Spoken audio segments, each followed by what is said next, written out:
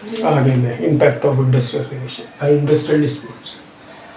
The public or the society is also not spared. Industrial unrest creates law and order problem, necessity increased vigilance on the part of state. Further, even when strikes are settled, strife and bitterness continues between loyal and striking workers, endangering social relations. Strikes हुए, industrial differences हुए, इससे सिर्फ मालिक और नौकर के ऊपर बुरा परिणाम नहीं होता है, बल्कि समाज को भी नहीं छोड़ा जाता है। समाज के ऊपर भी उसके बुरे परिणाम होते हैं।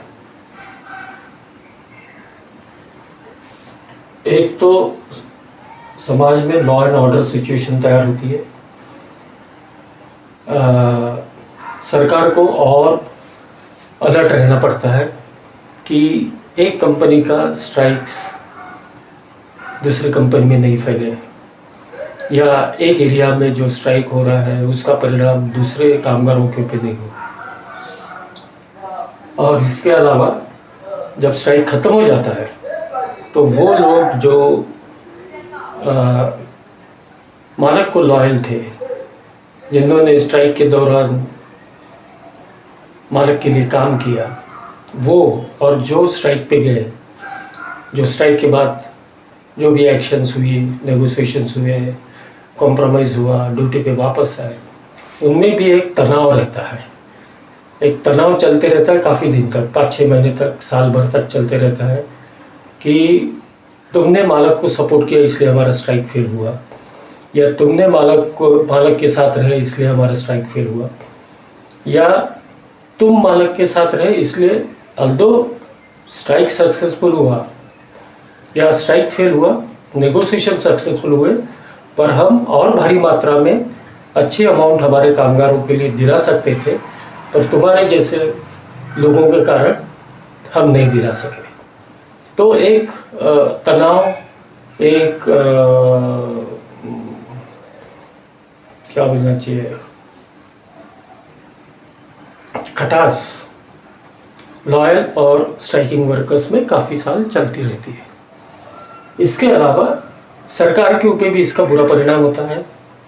हमने इंडस्ट्रियल रिलेशंस के इम्पोर्टेंस में देखा था कि why industrial relations are important. Industrial relations are important for, सबसे पहला था प्रॉफिट या लॉस के लिए नहीं है। इंडस्ट्रियल रिलेशंस इसलिए इम्पोर्टेंट है कि वो मालिक जिसने एक कारखाना डाला, एक फैक्ट्री डाली है, वो अपने प्रोडक्ट की नॉन स्टॉप आपूर्ति करते रहे समाज को, uninterrupted supply of goods and services to society. तो स्ट्राइक हुआ तो naturally goods and services suffer होगी, कंटिन्यूस नहीं दे सके समाज को, वो तो समाज का पार्ट हुआ। अब सरकार के ऊपर परिणाम कैसे होता है, क्योंकि कंपनी चलती रही, माल मार्केट में आता रहा, बेचा जाता रहा, तो सरकार को टैक्सेस मिले। सबसे बड़ा आजकल हमारे देश में जीएसटी है, जो एक बहुत बड़ा क्वांटम के रूप में सरकार को रेवेन्यू के रूप में हेल्प करता है। अब क्योंकि जीएसटी टूटा, तुम्हारा आउटपुट टूटा, तो नेशनल इनकम में उसकी इनकम कम हुआ। नेशनल इनकम कम होने से जो डेवलपमेंट के काम है, जैसे सरकार इस वक्त एयरपोर्ट हुए, रोड्स हुए, कैनल्स हुए, इसमें भारी मात्रा में इन्वेस्टमेंट कर रही है। ये सब डेवलपमेंट के कामों में रुकावट आती है। काम होते रहते हैं पर धीरे धीरे होते रहते हैं। जहाँ पे कहीं प्लान किया गया है, जैसे सपोज लेटेस्ट एग्जांपल हम महाकुंभ का लेते हैं, सपोज उसके 5-6 महीने, साल भर पहले ही थी, उस एरिया में कुछ कंपनियों में स्ट्राइक्स होता था या लॉकआउट होते थे, तो जो रेवेन्यू सरकार को जीएसटी रूप में आना चाहिए स्टेट गवर्नमेंट को, वो आया नहीं रहता।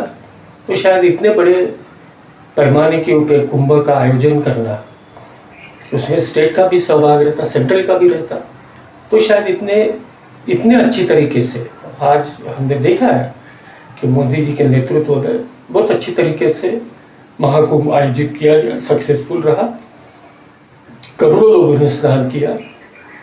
जो वो लोग भी गए उधर जिन्होंने कभी सोचा नहीं था कि ज़िंदगी में हम कभी कुंभ में स्नान करने जाएंगे, पर जिस प्रकार की व्यवस्था थी वहाँ पे रहने की, पार्किंग की या बाकी भी जनरल डिसिप्लिन की, विजिलेंस की व्यवस्था, दुनिया भर के कैमराज, पुलिस फोर्स, ये वो, तो इसके कारण बाकी भी लोग गए। तो उसके आजू बाजू में जो डेवलपमेंट कर सकी उसमें भी इसी प्रकार के रेवेन्यू का हाथभार रहता है, सपोर्ट रहता है, कंट्रीब्यूशन रहता है। तो स्ट्राइक जब होते हैं तो नुकसान सिर्फ कामगार और मालिक का ही नहीं होता है, समाज का होता है, सरकार का होता है। इसलिए ज़्यादा से ज़्यादा कोशिश रहती है कि स्ट्राइक नहीं हो। इसलिए इंडस्ट्रियल डिस्प्यूट एक्ट में प्रिवेंशन एंड सेटलमेंट मशीनरी दी हुई है, ग्रीवांस प्रोसीजर दिया हुआ है। ये सब के पीछे में वही है कि भाई यदि देश की प्रगति होगी तो आपकी प्रगति होगी, या आपकी प्रगति होगी तो देश की होगी। तो इम्पैक्ट ऑफ स्ट्राइक्स और डिस्प्यूट्स यहाँ पे ख़त्म होता है।